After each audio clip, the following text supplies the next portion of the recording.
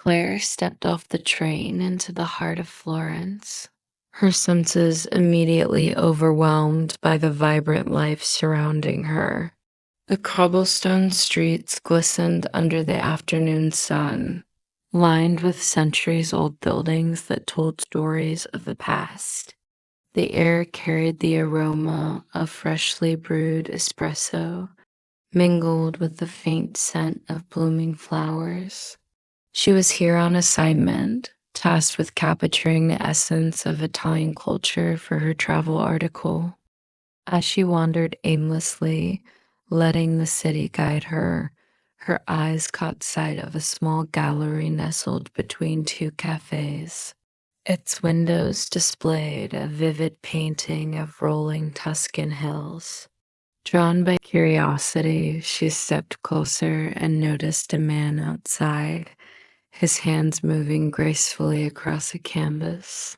His dark hair curled slightly at the edges, and his intense focus on his work made him almost oblivious to the world around him.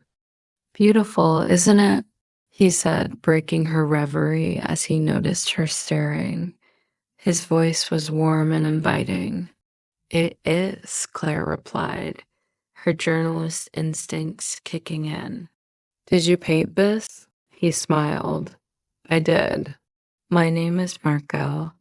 Come inside, I'll show you more. Without hesitation, she followed him into the gallery, where walls were adorned with paintings that seemed to breathe life. Marco spoke passionately about each piece, his words weaving a story for every brushstroke. Claire couldn't help but feel as though she'd stumbled upon something extraordinary. Over the next few days, Claire found herself spending more time with Marco than she had anticipated. What began as professional curiosity soon turned into something far more personal. Marco offered to show her around Florence, taking her beyond the usual tourist spots and into the soul of the city. They wandered through bustling markets where vendors called out in melodic Italian, offering fresh produce and handmade goods. Marco insisted she try gelato from his favorite shop, and they shared a laugh as he taught her how to pronounce pistachio correctly. In the evenings, they walked along the Arno River, the city lights reflecting like tiny fireflies on the water. Marco talked about his art, how he found inspiration in the ordinary, and how every stroke on his canvas held a piece of his soul. Claire was captivated by his passion, not just for his work, but for life itself. Yet there were moments when he seemed distant, his gaze lingering somewhere far away. Claire noticed but chose not to ask, afraid of disrupting the delicate balance they had built. Instead, she focused on the present, allowing herself to be swept away by the charm of the man and the magic of the city. It was during a trip to a quiet village on the outskirts of Florence that everything changed. Marco had insisted on taking Claire there, saying it was one of his favorite places to paint. The village was picturesque, with narrow cobblestone streets, vibrant flower boxes on every window, and a small piazza where children played under the shadow of an old church. They sat at a tiny cafe, sipping espresso and watching life unfold around them. For a moment, it felt perfect, too perfect. Then Marco's phone buzzed on the table. Claire noticed his demeanor shift as he glanced at the screen. His smile faltered, replaced by a flicker of unease. Is everything all right? She asked cautiously. Marco hesitated before answering, his eyes fixed on his cup. There's something I need to tell you. The air between them grew heavy as he began to speak, He explained that he was married but separated. The relationship, he assured her, had been over for years, though legal complications still tied him to his past. I didn't mean to keep it from you, he said, his voice low. I just didn't know how to tell you without ruining this. Claire felt her chest tighten. The idyllic dream she had been living seemed to crumble in an instant. She wanted to believe him, to believe that his feelings for her were genuine, but doubt had already taken root. I need some time, she whispered, standing up from the table. Marco nodded, understanding, as she walked away, the sound of her footsteps fading into the quiet streets of the village. Back in her hotel room, Claire sat by the window, staring at the cityscape that had once felt magical, but now seemed weighed down by uncertainty.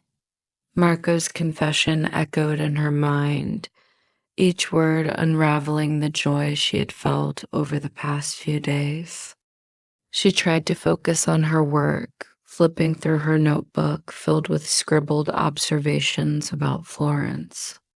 But no matter how hard she tried, her thoughts drifted back to him, the way he spoke about his art, the way his laughter filled the silence, the way he had made her feel alive in a way she hadn't in years.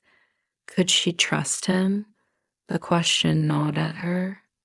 Marco had been open, vulnerable even, when he shared his truth. Yet part of her couldn't shake the feeling of betrayal. After 2 days of solitude and self-reflection, Claire was startled by a knock at the door. She opened it to find Marco standing there, holding a small canvas.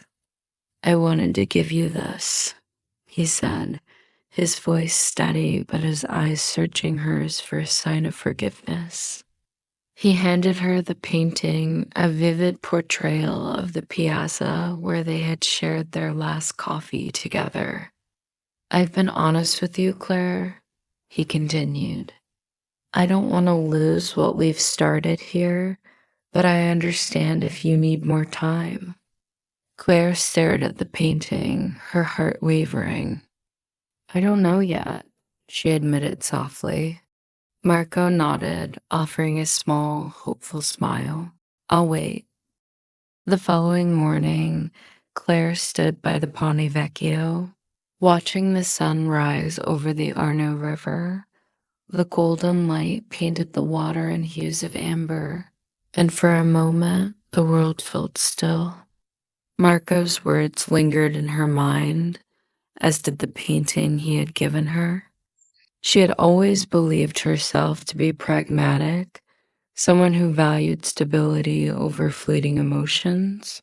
But here, in this ancient city, surrounded by beauty and history, she found herself questioning everything she thought she knew about love.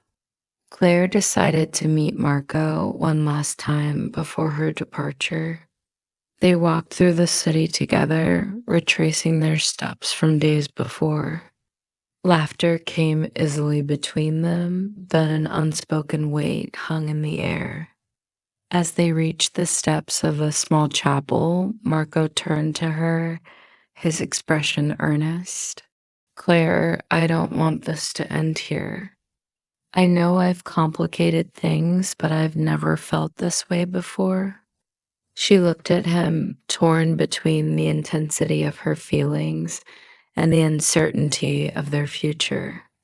I can't promise anything, Marco, she said, her voice steady, but I also can't deny what I feel. When it was time to say goodbye, they embraced, holding on as if the moment could stretch into eternity. Claire boarded her train, clutching the painting Marco had given her. She didn't know what the future held, but for the first time in years, she felt open to the possibility of something unexpected.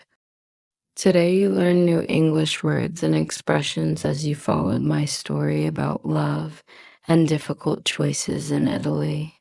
Remember, every little practice gets you closer to fluency. And what about my story with Marco? Well, that's a lesson for another day. If you liked it, subscribe to the channel, share this video, and keep practicing. You're doing great. See you next time.